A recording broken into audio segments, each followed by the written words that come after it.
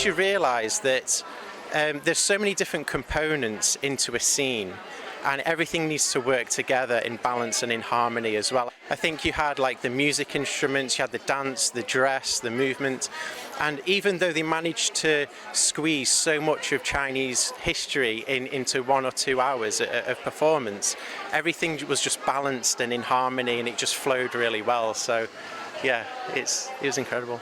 创作油画和人物肖像画的 Wallace 从演出中获得许多启发。It was really inspiring.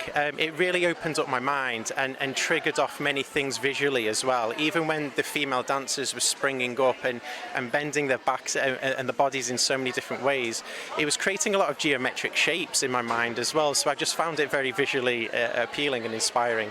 I think it kind of resembled a lot within Chinese culture, like the yin and the yang. Like 1 minute they were moving very slowly and very synchronized, and all of a sudden the bodies would just spring out, and it was just incredible. It kept you very engaged and captivated throughout the whole performance. 他体悟到神韵是人生的写照，展现了生命的节奏。I found it very delicate in some moments and some parts, and it kind of. There were some moments where it calmed you down a lot and it made you really pay attention and focus, and then it would spring you out into action as well.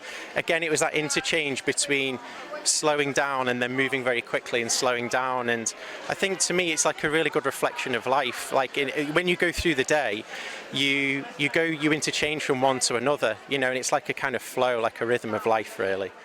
Wallace 尤为喜爱神韵演出中传递的神性，让他受益良多。And I found it a very spiritual performance, and there was a lot of truth behind what they were kind of teaching through love, through kindness, compassion, discipline, control. I think one of my favourite performances in it was the studying, the school, the education, and they were just little things through the dance movements that made you realise in the story how when someone's not paying attention and not learning what they need to learn and they're not disciplined, further in life you can make mistakes and cause a catastrophe for yourself and for other people.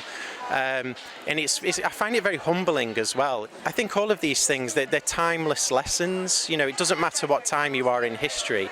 It opens up your mind a lot. It makes you realise there's more to life than just your confined way of living, you know. 新唐人英国记者站伦敦报道。